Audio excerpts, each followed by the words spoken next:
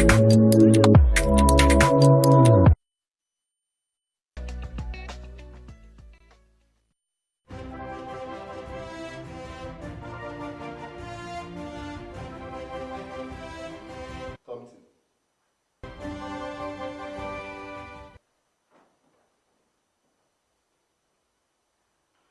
to the AM News on Daybreak Africa. Former President Olusegun Obasanjo on Wednesday escaped a plane crash in Lagos.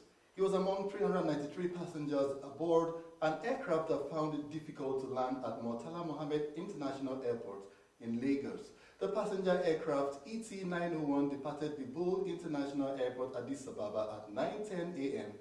Ethiopian time, 7 a.m. Nigerian time.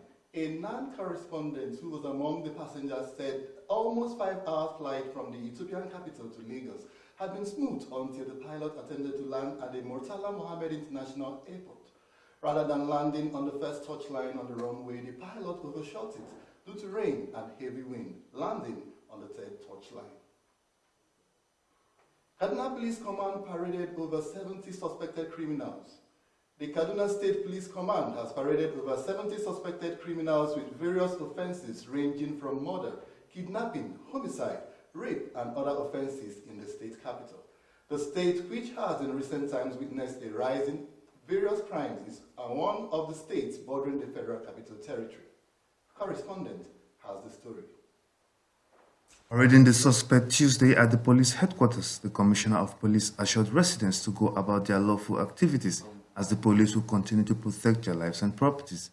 New Commissioner of Police Ali Janga said under his watch, the police will intensify effort in fighting crime while respecting human rights. We tend to intensify in efforts in fighting crime while at the same time respecting the fundamental rights of all individuals and upholding the principles of zero tolerance to corruption, impunity, and indiscipline for successful democratic governance in line with the ideals of Kaduna State and the federal government of Nigeria. The Commissioner of Police also said Kaduna will never be a safe haven for criminals again, as the police is intensifying effort to end criminal activities.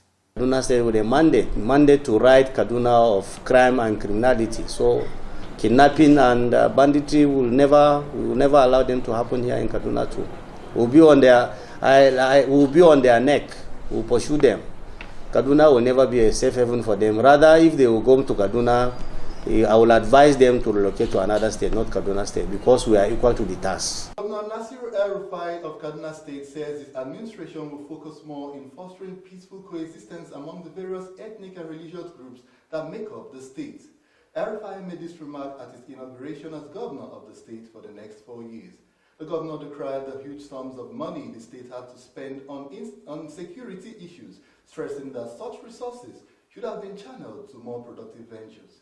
TVN correspondent Idoko Emmanuel has this report.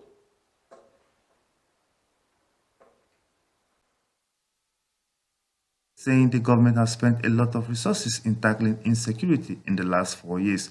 The government made this known during its inauguration and swearing-in ceremony Wednesday.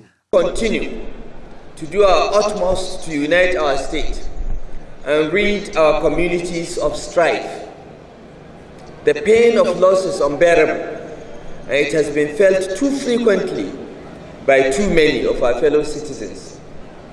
We must replace the legacy of division and violence with one of peaceful, collective endeavor in progressive undertakings. We should not maroon ourselves in the desert islands of identity politics or neglect the obligations of our common humanity. Strife is not our destiny, neither is division preordained.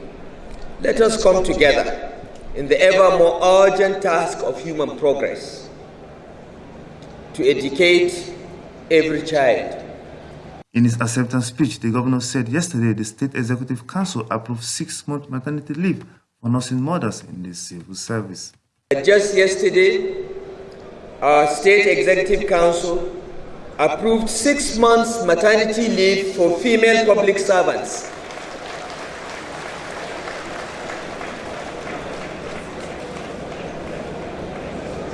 Our hope is that this will encourage the healthy development of infants through prolonged breastfeeding, among other benefits. Of the Federal Republic of Nigeria has approved the sum of 243,000 naira in the 2019 budget for the Federal Capital Territory Administration. House Leader, while presenting the report, gave a breakdown. The Nigerians. Also, a bill for the implementation of the Tobacco Control Act has also been signed into law. Our National Assembly correspondent Itoku Emmanuel has read details of the stories. But for consideration during Tuesday's plenary, Senate Majority Leader Senator Ahmed Lawan said 55 billion naira is set aside as personnel cost, 57.6 billion naira as overhead cost, while over 130 billion naira will finance capital projects. He further said the Education Secretariat will receive 9.5 billion naira, while the Health Secretariat will get 4.5 billion naira. The 2019 FCT Statutory Appropriation Bill seeks to authorize the issue from the Federal Capital Territory Administration Consolidated Revenue Fund of the Federal Capital Territory Administration account the total sum of 243,374,511,077 naira only, out of which the sum of 55,043,425,247 naira only is for personnel costs, and the sum of 57,610,188,661 naira only is for overhead costs, while the balance of 130,720,897,169 naira only is for capital projects for the service of the Federal Capital Territory Abuja for the financial year commencing from 1st January and ending 31st December 2019. The Senate also approved the Conference Committee report on the National Tobacco Regulation Bill. The bill passed during plenary seeks to empower the Federal Ministry of Health to implement most provisions of the Tobacco Control Act, which requires regulation that includes prohibition of smoking in public places and penalties for non-compliance, as well as prohibition on tobacco advertising, promotion, and sponsorship, among others. Presenting the Conference Committee report in plenary Tuesday, Gamade said one of its main assignments was to reconcile differences in separate bills passed in both chambers of the National Assembly. The Senate in the House of Representatives considered and approved the National Tobacco Control Regulations 2019 with some differences. Consequently, a conference committee was constituted to harmonize the differences. The committee met on Monday, 27th May 2019 and harmonized the differences in the regulations as follows. The committee adopted the Senate version of clauses 6, 16, 21, and the second schedule, and equally adopted the House version of clause 24 and the fifth schedule. The conferees are as listed here. Conclusion.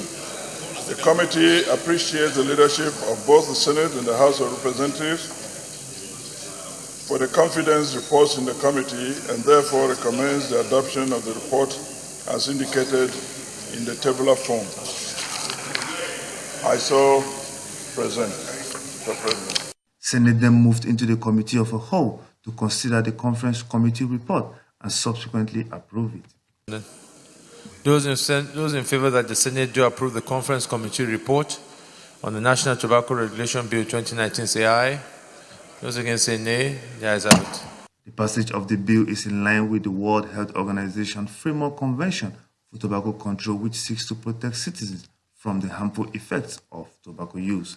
Itoku Emmanuel, TVN News.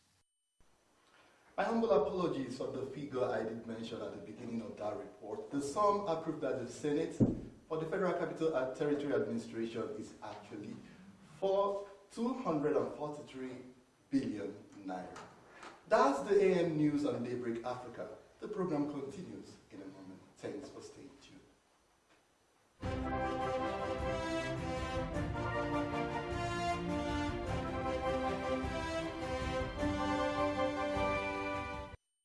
Welcome to News Across Africa on Daybreak Africa.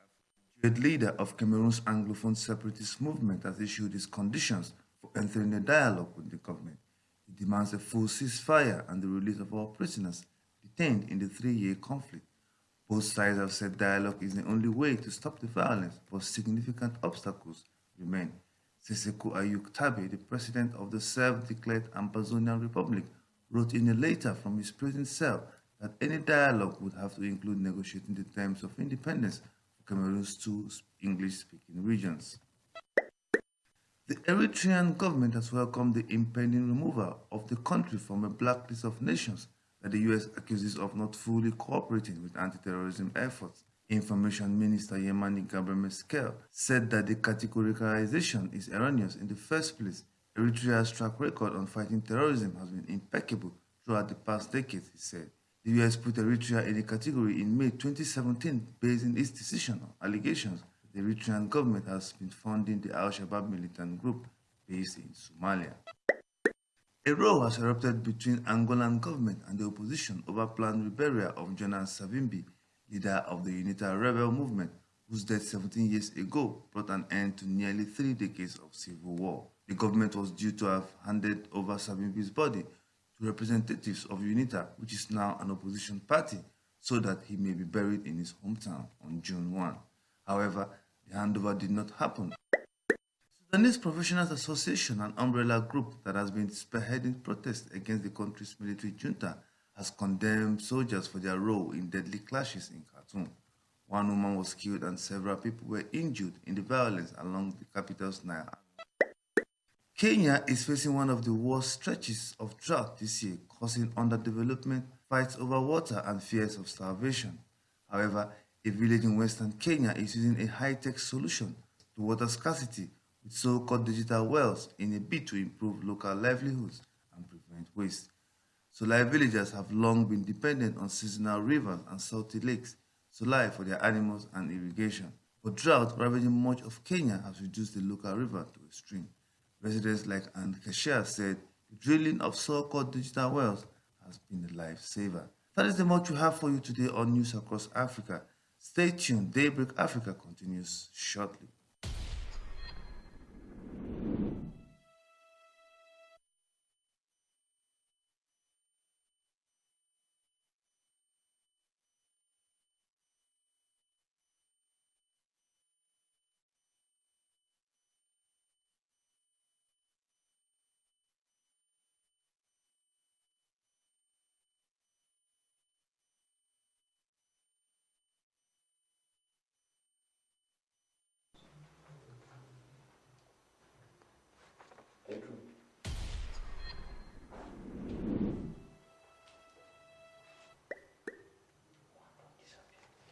You're welcome back. The program is still Daybreak Africa, coming to you live from Television Nigerian live studios, Guzape, Abuja, the Federal Capital Territory.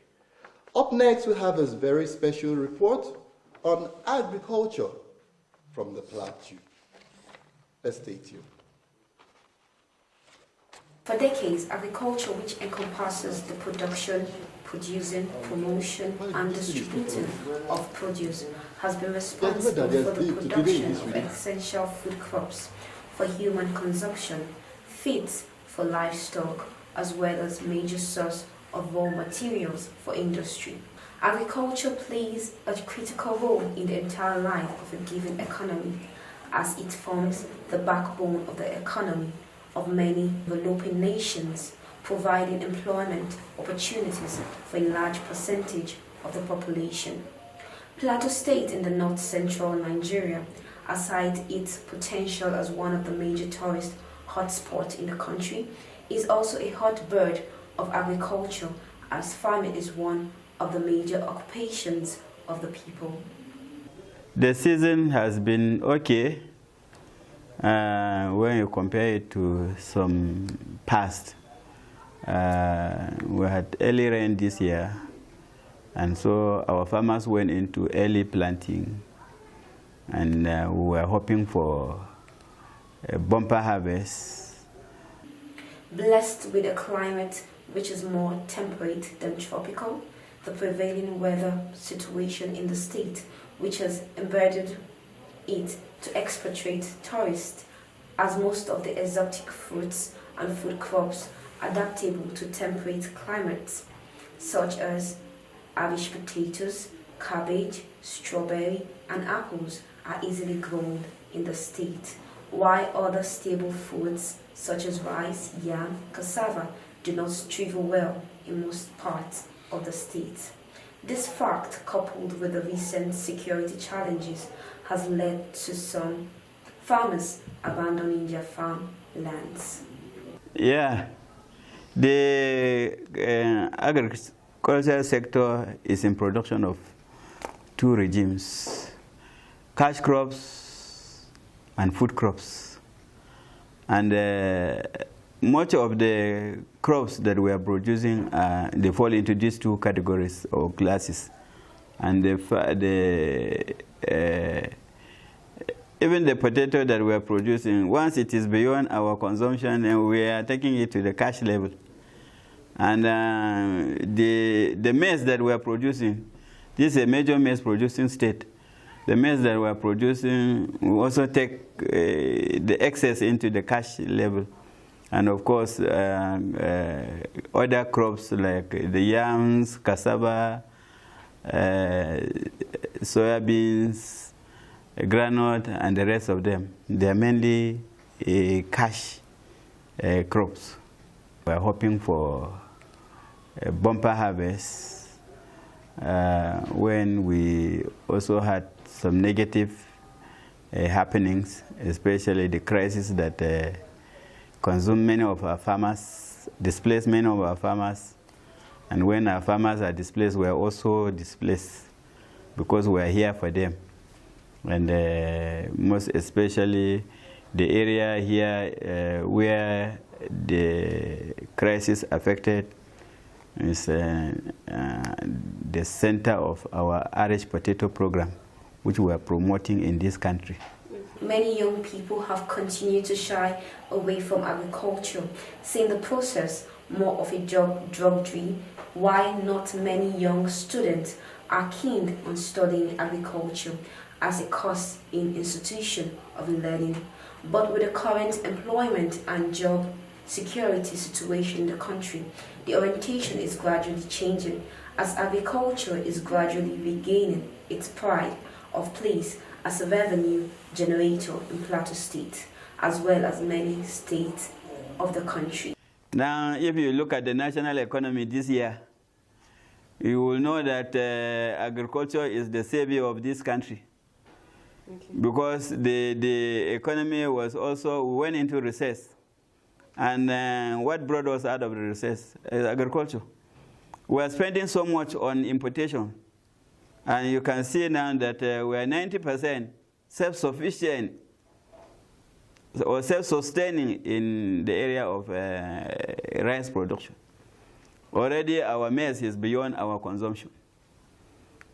And all these things, I'm just coming back from a program where we are talking of youth under the N-Power program.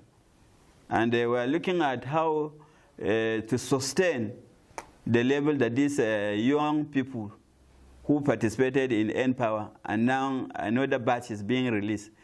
So we want to see how we can sustain them so that they will be able to benefit from being in agriculture. And let me assure you, the only alternative to the problem of Nigeria, economic problem in Nigeria, is to develop agriculture. And by that, everybody must be carried on board, the youth, the women, and everybody. Zuwaiba Hamza, TV.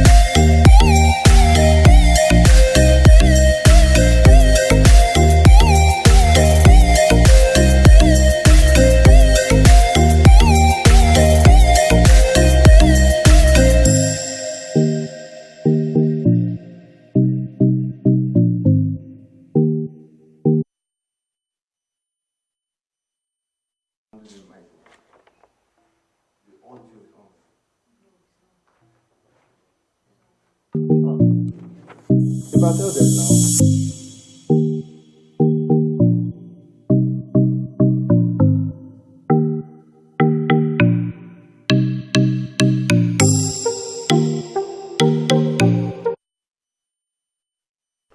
Yeah, welcome back. The program is still Daybreak Africa, and this is the discussion segment.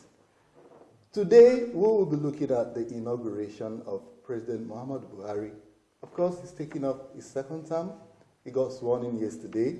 Although the program was low-key, but then it met every expectation. And even went beyond that.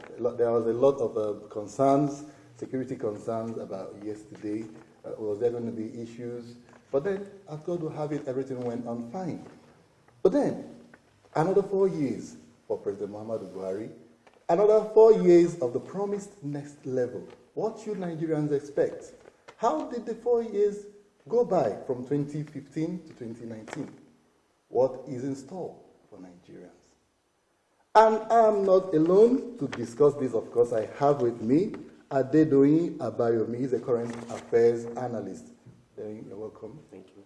And of course, we have our own Lawrence Audu, who is also a public affairs analyst. So Lawrence, you're welcome. It's a great pleasure. All right. Another 4 years for President Muhammadu Buhari. Another 4 years of APC administration, APC-led administration. How did it all go yesterday? I believe you all witnessed the inauguration, the expectations, the fanfare, the parades, and all of that. In your own summation, how was it going? How did it go? In my own summation, the May 29 inauguration, which took place yesterday, went excellently well as planned. The federal government had announced before now that the event was going to be low-key. And when they say low-key, it means they're trying as much as possible to minimize costs. That's one. And then to avoid that issue where you have pomp and pageantry, bringing in too many people from different states. You know, the person of President Muhammadu Buhari has lots of supporters, especially in the grassroots. So if you do an elaborate event, security will be a major concern. Don't forget that before the inauguration, the security services, especially the Nigerian army, had raised an alarm that some foreign interests were working to scuttle the event. Yeah. And they acted on credible intelligence. Okay. Because there were indications that such a thing was about to happen. Really? Yes, from the intelligence community, feelers, utterances from some of the opposition party members, chieftains, utterances from elder statesmen that most unfortunately became totally uncalled for. Somebody like former President Olusegun Obasanjo, making some kind of unguarded utterances. All these things culminated together. We're able to heighten tension in the land, and the security services needed to. Yeah, but going by the way the election was won and lost, yes. It was a very keenly contested election, and a lot of people came out to show their support, which saw the president retaining another 4. One would have expected, despite whatever, that there would have been fanfare. The absence of celebrations, how does it figure? Fine, you didn't mention about cutting costs and all of that, but then the usual Nigerians are used to the normal fanfare of, it was supposed to be a public holiday, I guess. Yes, it was a public holiday. When you talk about fanfare, sometimes I look at it from another angle. You see, yesterday's event was supposed to be very solemn, which was what we had. As a matter of fact, everything that was needed, for a successful inauguration was done. The president could have sat back in the chambers at the villa, invited the acting chief justice to come and swear him in. After all, there was it's not like a transition from one person to another, from one political party to another. It's a continuum. Okay. So that fanfare we had 4 years ago, is still fresh on the minds of many Nigerians. So there is actually no reason to, bother, going into trying to organize another one. But again, everything that happened yesterday, sequentially was just enough to have it as it was. Okay, Mr. Dodoin, you heard what Mr. Lawrence said about the low key. It was actually planned by the administration to make it low key. But then there's some school of thought that it's a reflection of actually what happened during the election. Some people are saying the mandate was stolen mandate, and that I just spoke to somebody yesterday. I was saying, can you imagine? You can see the atmosphere. Nobody is rejoicing. Nobody is happy because it wasn't exactly what. What is your own take? Let me say, I will go with that your school of thought, really? Because Nigeria is not a small country. The presidential election was keenly contested, as you say, and then everybody knows that President Muhammadu Buhari has been a little bit inactive, I'll say that, in his first term in office. So for him to have won the election, definitely there should be a spectacular welcome back, because I would say that a country like Nigeria, we celebrate ourselves. If there's nothing that happened behind the scenes, there's no reason for you to come out when you won such an election, and then you will not rejoice. There was no reason for the low key. There was no reason for the low key. Okay. Okay, would you tell me now that you said we're cutting down costs? That was one of the reasons. But yesterday we still saw that there are still a lot of resources that were thrown around. Okay. Now the president, that are the former presidents that were absent, what happened? Do they have to be paid also to come and rejoice with their president? Okay, so if you have a situation where the president did not want to rejoice or did not call that there should be a low-key arrangement for him, maybe we should really look into that. Okay. No, but I want to weigh in a bit. He made mention of a doused atmosphere where people are not in the celebratory mood. Actually, the mood in the country generally, as it stands now, a lot of people are concerned about certain issues. Especially security. And most especially, the concerns are being heightened by statements from past leaders who ought to, be role models. And you made mention of the fact that the president did very badly in his first term. I would want to disagree with you on that, because in the first tenure of President Muhammadu Buhari, that was when we saw a decisive leadership on his own part. All right? We saw a decisive leadership on the part of President Muhammadu Buhari. The implementation of the Treasury single account alone is enough testimony. The same people who are crying and making foul statements today are the same people who have been denied, all right? Who have been denied, what do you call it now, the right to own oil wells. We know all these people. Only recently, Intel's, that is owned by Atiku Abubakar, we only discovered that over $142 million has not been remitted to the government from their own part, and a contract of theirs was revoked.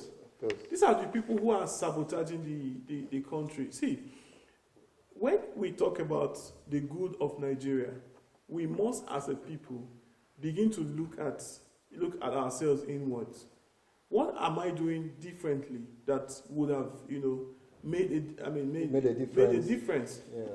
Most of us, we who talk about or criticize or say government is doing this, government is not doing that. Majority of these people who cry have their prepaid meters bypassed. Do you understand? And denying government some deserved revenue. Okay. Some of these people, you need to see their attitude when they are driving on the road. Okay, Mr. Lawrence, still in that frame of thought, what would be the explanation for the pronounced absence of these past leaders, there was no IBB, there was no Abdul Salam Abubakar, Shonekon, the whole I think it was only one. I understand that Shonekon had, you know, I can't verify that, but for Shonekon. Or could it be that they are not happy with this? No, it's not about being happy. So it's for someone like Shonekon, who recently, you know, had some health challenges. Yeah. Of course, obviously due to his age. Yeah. But IBB, we all know, IBB, when last did you see IBB in any public function? But I believe he must have been invited as a former statesman. As a former statesman, he's supposed to be. But when last was IBB cited outside his top Were they function? even invited?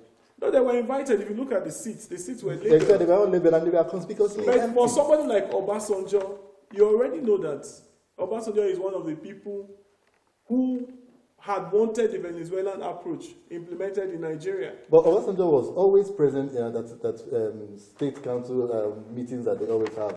He has always been, even in the midst of Obasanjo never made it a priority. You saw what nearly happened to him yesterday. When he came up to say that he said, pardon? He said nothing happened. Yeah, that's what he said.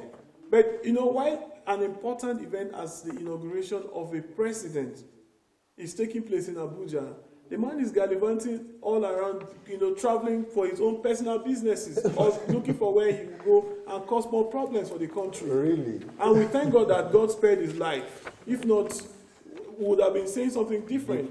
Okay. But for him, these are people who have consistently tried to sabotage this government.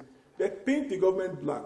They try to come up with theories that are non-existent. Obasanjo is one of them. Okay. So if you had expected him at that inauguration, it would have been, you know, you would have failed yourself. I never expected he was going to be there in the first place. Okay, fine. There was an inauguration. Whether they came or they didn't come. We have the president for the next 4 years. For the next 4 years. Preside over the affairs of the country. That's, to me, the most important thing. Pending whatever comes out of it. Don't forget that still tribunal issues that might come to upset the apple cart. We all hope for the better. Now, another 4 years for President Muhammadu Buhari. Let's look at the last 5 years. The last 4 years from 2015 to 2019. You did mention that one of the reasons why there was a low-key celebration was the security challenges. And when he came on in 2015, security was one of those places that he's mentioned as going to be a priority. Now, 4 years later, we are still having a low-key, primarily because of security concerns. You understand? So, how, going by this narrative, how would you rate this administration in terms of security? Well, I will not say that the administration has failed totally, but they still need to do more.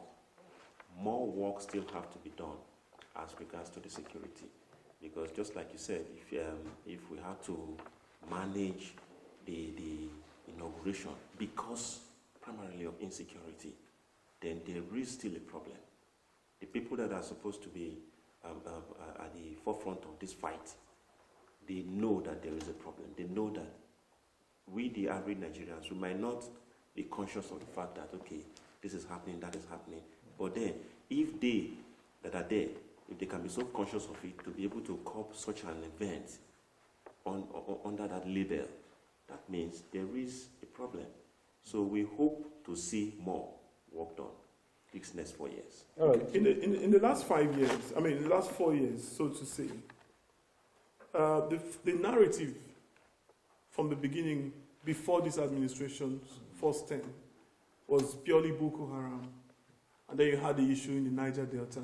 Yeah. And then later on, for certain reasons politically, a group of people now came up, you know, sponsored the young man who now started flying the flag of IPOB. All these were the distractions that we had at the beginning of the first term of President Muhammadu Buhari.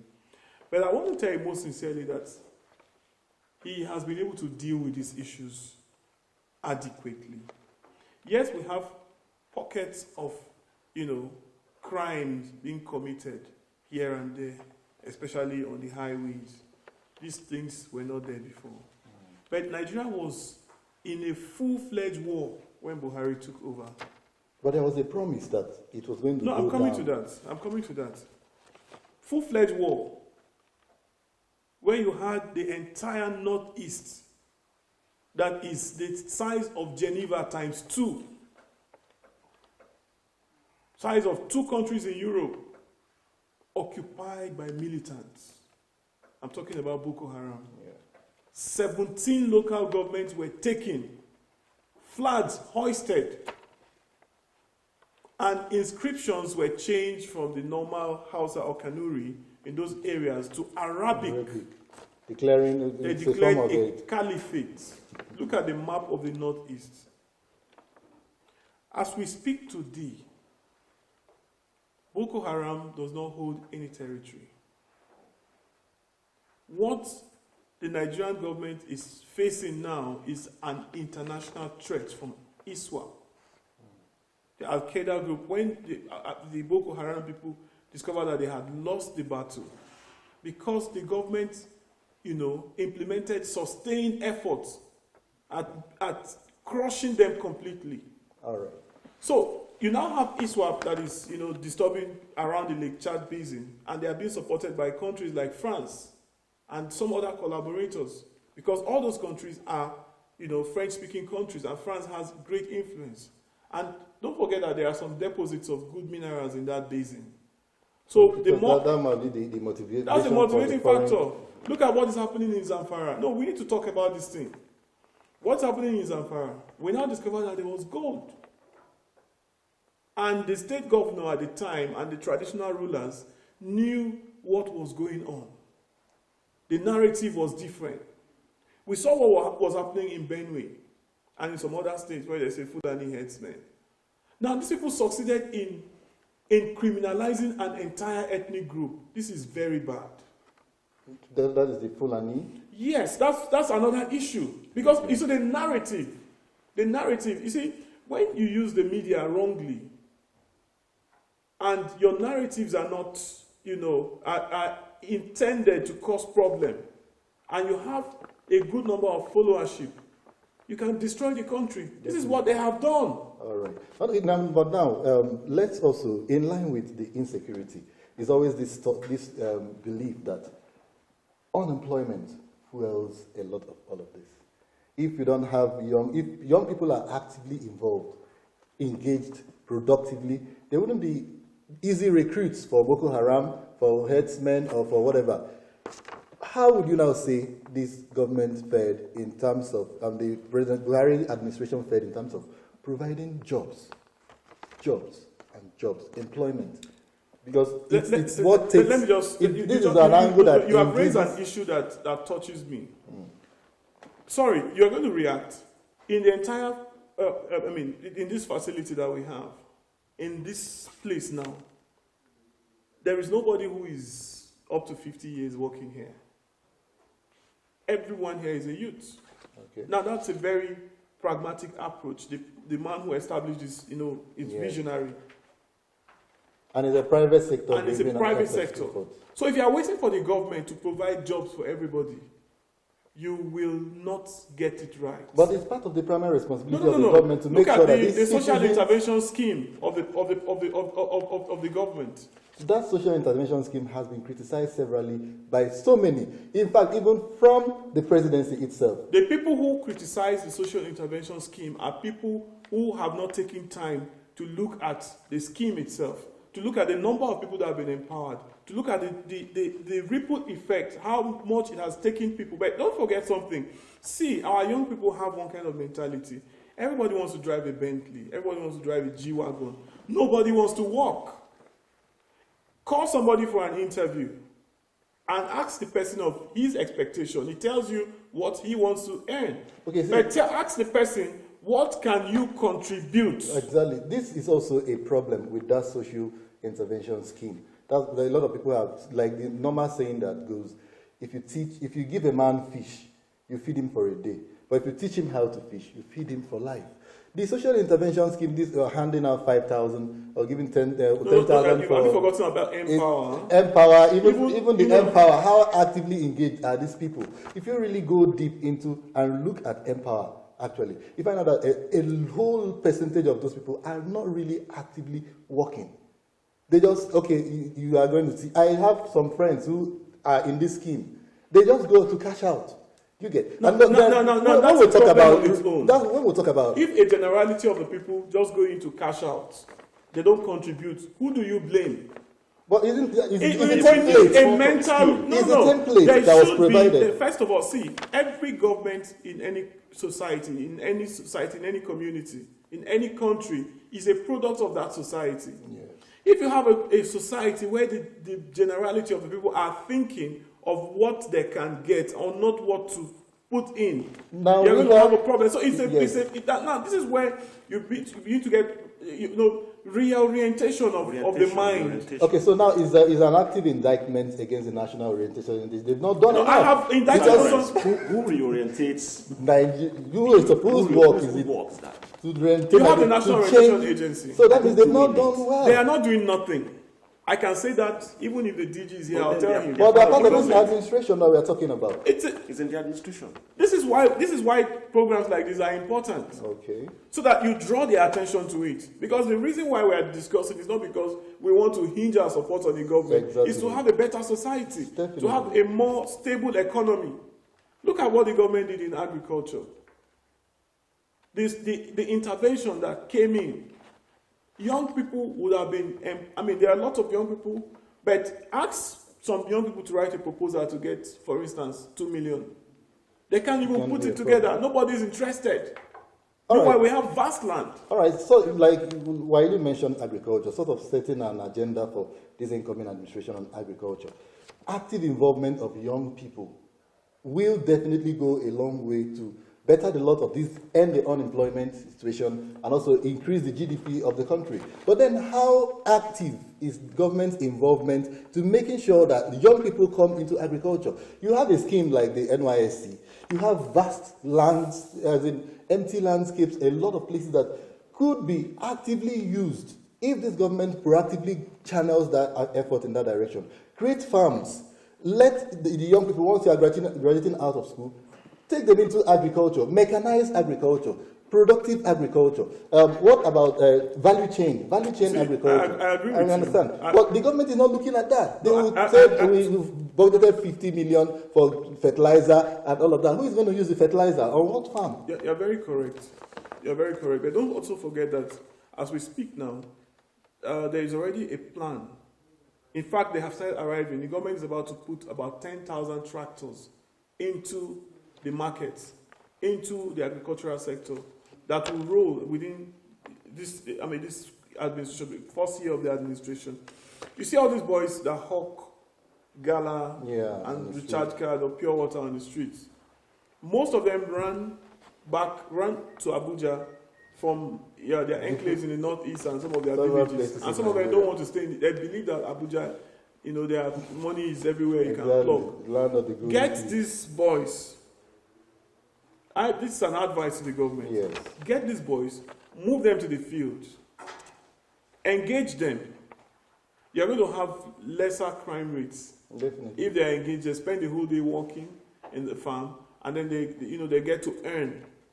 At the end of the day, when they are tired from the farms, evening is to relax. And then the government should also look into mechanization of agriculture, because a lot of young people do not want to go there because of the drudgery that is still associated with agriculture in Nigeria. Now, Mr. Adedoyin, on your final note, what would you advise this government going forward? We've talked about agriculture. There's obviously so many other areas, especially Mr. Lawrence. I think we have to talk about it before we go. Forming a cabinet. The last time it took about 6 months or thereabout. Now, how soon should they hit the ground running? If you have to advise on that, to make sure they take this government to the next level like we've been promised. Well, I want to center my advice to the government on the fact that the sooner, the better. The sooner they begin to reorientate the masses for them to know that the government is not there to spoon feed them. The government is there to help you move from a level to another level. When you get to that level, they also help you to move to another level. By providing enabling... Yes, by providing... Now, if you have the masses having a particular kind of orientation that they have to be taken from the government all the time, it's very bad. It's obviously a problem. It's going to be a problem because no matter how much you give them, no matter how much social schemes that you bring up, they are just going to soak in it. And then at the end of the day, they might even become worse than they were before. Because now, their state of hunger could have helped them to do something positive. But then when you feed them a little and then they relax, they grow older, they become unemployable. All right. And then you can't give them any more again. Okay. Mr. Lawrence, from you. On the issue of appointment or forming a new cabinet, I think President Muhammadu Buhari should not waste further time. Although it looked like the last time when he spent almost about 6 months with the permanent secretaries, there are some things that many Nigerians did not understand with that. People thought it was just a way of wasting time. It took him, that process of interacting directly with the permanent secretaries, to understand the workings in the civil service as it stands today. So that was one of the reasons. But for now, I think within this week, maybe by the time he returns back from his trip, we should, or from there, we should hear an announcement that certain people have been retained. But a bulk of them needs to go. That's just the truth. All right. Because some of them have actually made his administration a laughing stock. All right, so would you advocate for technocrats young minds. Technocrats and young minds. Technocrats and young minds. Okay. Young minds need to, get into the cabinet. It's not just get recycling. Nigerians will be disappointed if we see most of the faces that we saw. Somebody who is a communications minister should be one agile-looking youth, with a jean and a t-shirt, kind of, screwing, removing servers and fixing. Some who knows these things. Not one Babariga wearing man who just sit down there and doesn't even know how to operate an iPad. All right, thank you very much. That's the much time will allow us to take on this discussion. President Muhammadu Buhari's administration for the next 4 years is definitely going to be a lot on the front burner on several fora, discussing the way forward and preparing solutions for problems, anticipated problems that Nigeria is going to face in the next 4 years. Thank you for joining us. I've been talking with Mr. Adedoyin Abayomi, he's a current affairs analyst. Thank you for coming on. Pleasure. And also Mr. Lawrence Audu. Thank you very much. Thank you. And we are still going to do more. We are going to have more of this conversation as time proceeds. Daybreak Africa continues in a moment. Please don't go away.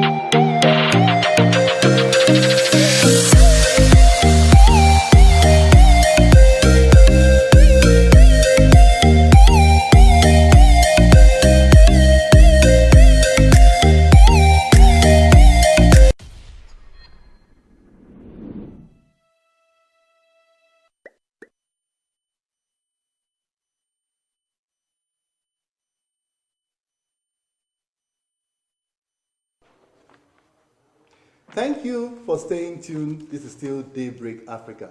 Like I did say in the beginning, my co-anchor Lucy was stuck somewhere not very nice, not very nice. And finally, she's here. So she was like, okay, maybe you just share your experience a bit. I mean, it's one of those things. Actually, I was actually driving from Barimpa, so there's a bit, I think someone's car broke down on the road, so there was a bit of heavy traffic driving down from the express, but I'm sure by now it would have cleared up. So it's good to be back, even though I'm late, but I'm still here. Thank you. Exactly. Yeah. She made it finally. She made it Africa. Lucy's here. Daybreak Nigeria continues. Daybreak Africa continues. Of course, coming from the stable, your favorite station, Television Nigeria. Right now, we are going to go over to a very interesting package. One that always excites you. Should I tell you about it? Okay. Just watch. Don't go anywhere. Don't go anywhere. Welcome to Fashion Book. I am Uchechi Nlemowa. Today our focus is going to be on the latest haircuts that are currently in vogue for the guys. These latest haircut styles will not only make you look good, but it will also prove that you are up to date with the latest haircut. Obviously, sometimes when some guys visit a barbing salon, it can be so difficult for them to explain the kind of haircut style they want, and sometimes the barber ends up barbing them another style that they never wanted. If you fall in this category, don't worry, for I'm here to give you authentic haircut styles to take to your barber when you are considering getting a haircut. Wow, that was so enchanting. I'm just imagining myself right now as a man, and who knows what I will look like on those haircuts if I were a man. I'm sure I will look so fine. Well, this is all I have for you today, and many thanks for watching. I leave you with this 10 top Nigerian men's fashion. Have fun.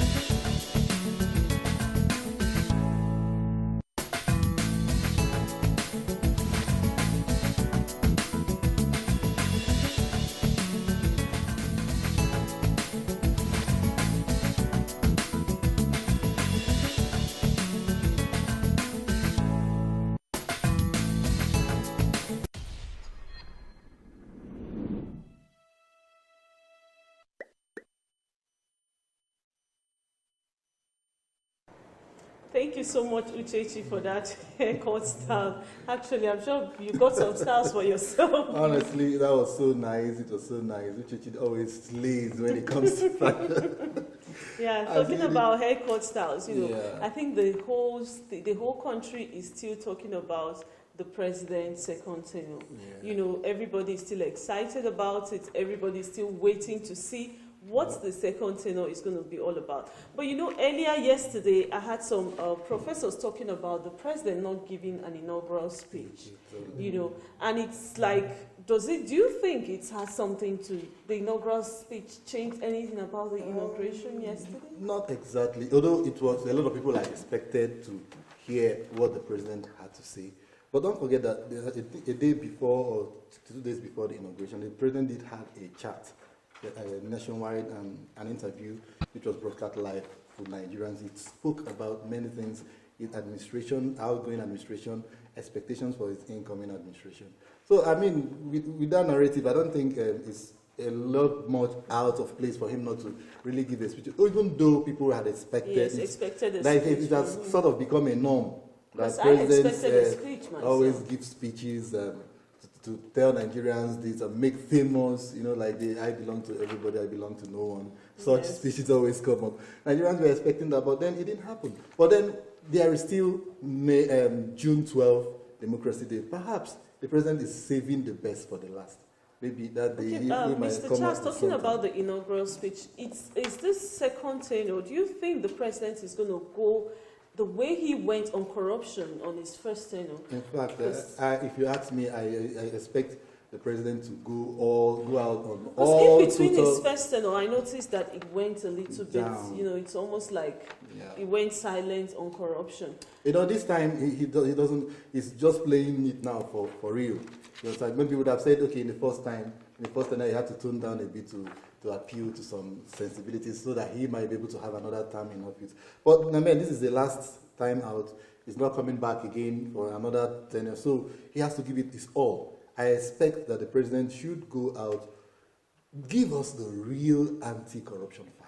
In fact, corrupt people should be shivering right now because... But just like they will always say, corruption is something that has eaten very deep into the society.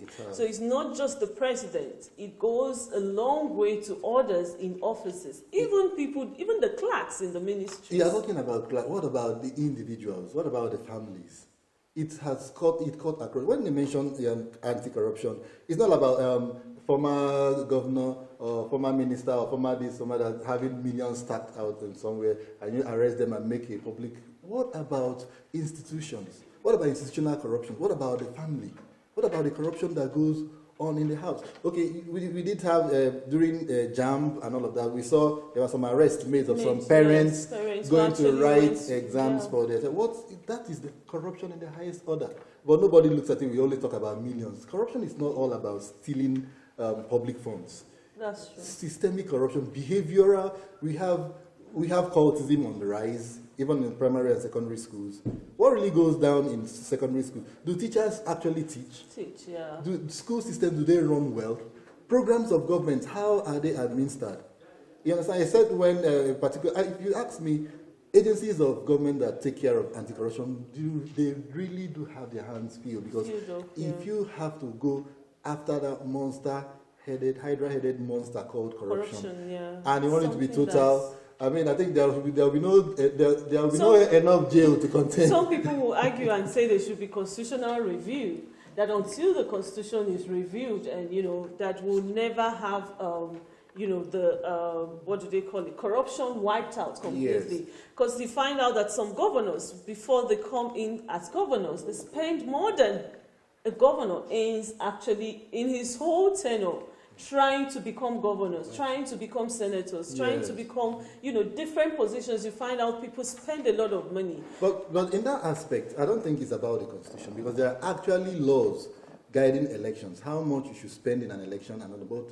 Do we implement all of that? It's not as if we don't know, but they look the other way. If you should ask questions, how much did APC spend to win this presidential election? How much did PDP spend? How much did that House of Rep member? How much? There are benchmarks that you must not surpass. But then they do all of that, and who cares? And then when they come back to office, some of them have to recover what they've actually taken. Governance has become an investment, and a lot of people have advocated for making all these offices less attractive in terms of their remuneration. Look at the National Assembly, their take-home and the aides and all of that. What should Someone would have over 200 aides, 20 aides. The aides of an aide of an aide, it just goes all the way down. Because all those things are what breeds corruption. The cost of governance, the pomp and pageantry of office, it's becoming too attractive, so that when they go there, they expect to be served instead of them actually serving the people. True. And it's very, very, very expensive. It breeds corruption. And like once a cousin or a family member wins an election, the whole community, everybody is like expecting. Because it's almost like there's a milk to be drawn out. There's a bazaar of stuff to be coming from everywhere. But it all needs to be revisited. Anti-corruption is not about loot. It's not about going after political enemies or perceived political enemies and then going on the media and celebrating it. It starts from you. Are you a corrupt person? Did you tell lie? Did you take something that doesn't belong to you? Are you where you are supposed to be? If you are watching this right now, are you watching it at the right place? If you're supposed to be on your duty desk and you're not there, that is corruption. You understand? If you're supposed to be in class and you're not there, that is corruption. So it starts with the individual. Once an individual gets it right, it snowballs. Every other person gets it right. All right. Yesterday was a great day for sports lovers. Up Chelsea, the Blues. The sky was blue all over yesterday, and they trashed Arsenal for 1, 2, 3, 4 goals to 1. Okay, Arsenal pulled one back. But then we'll be having a whole lot more of that on Sports Update with Idoko Emmanuel. Please stay tuned.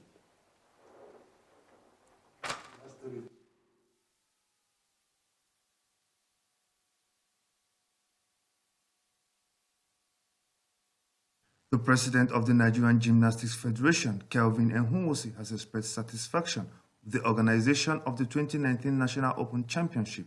The NGF organized the National Open Championship at the Abuja National Stadium from Monday to Tuesday. Enhunwosi told NAN that one of the bright sides of the championship was that a Nigerian in diaspora in the US was part of it. He said the foreign-based athlete came to Nigeria to meet those gymnasts who are likely to represent the country in Morocco during the 2019 African Games in August. Enhunwosi said the championship was a step towards ranking athletes for ease of reference and selection for continental and international representation. After a below-par outing against Team USA in Bielsko-Biala on Monday night, Nigeria's under-20 boys know they must earn a result against group leaders Ukraine at the same venue on Thursday to prolong their stay at the FIFA Under-20 World Cup in Poland. Goals scored by Sebastian Soto and a sterling performance by the entire US squad condemned the 7-time African champions to a 2-0 defeat. They still have 3 points and 2 goals advantage from their defeat of Qatar in Taichi on Friday. Any slip could be costly for further interest in the tournament. Although they already have a spot in the round of 16, Ukraine could still finish third on the log and be condemned to face the first-place team in Group B. That is, if they lose to Nigeria and USA on 3 points, as Nigeria racks up a big win over Qatar. Top 5 officials of the Nigerian Football Federation have been ordered to appear in court over alleged misappropriation of funds. The quitted, including NFF president, are due to appear in court in the capital, Abuja, on 1st of July, according to Justice Ifeoma Ojukwu. Prosecution lawyer Celsius Ukong from the Special Presidential Investigation Panel for the Recovery of Public Properties say they will face a number of charges. PNIC, NFF Vice President Sheyi Akinwumi, and Shehu Diko, along with General Secretary Mohammed Sanusi and Executive Committee member Yusuf, have all been ordered to appear. The charges include failure to declare their assets, the alleged disappearance of $8.4 million paid by FIFA to Nigeria for participating in the 2014 World Cup and arranging international friendly matches that did not take place. However, all 5 men have always denied the charges leveled against them. That is the much we have for you today on the sports segment of Daybreak Africa. The program continues shortly. I am Idoko Emmanuel.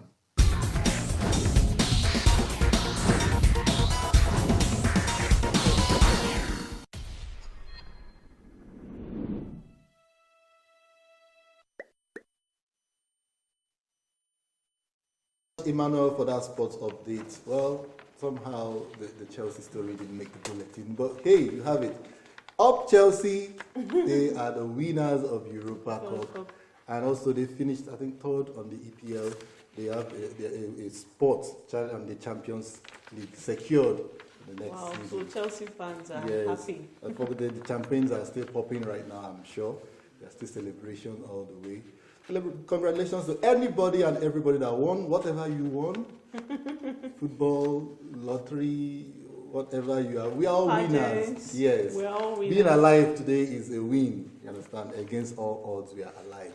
That's the much we can take on Daybreak Africa this wonderful Thursday morning, the 30th day of May. There's not going to be another 30th day of May 2019. So let's celebrate every bit of the day. Go out there, do the right thing, have fun, and always remember, whatever is worth doing, it's worth doing well. From me, Charles Ibe, have a lovely day. I am Lucy Ora. Thanks for joining us. Bye-bye.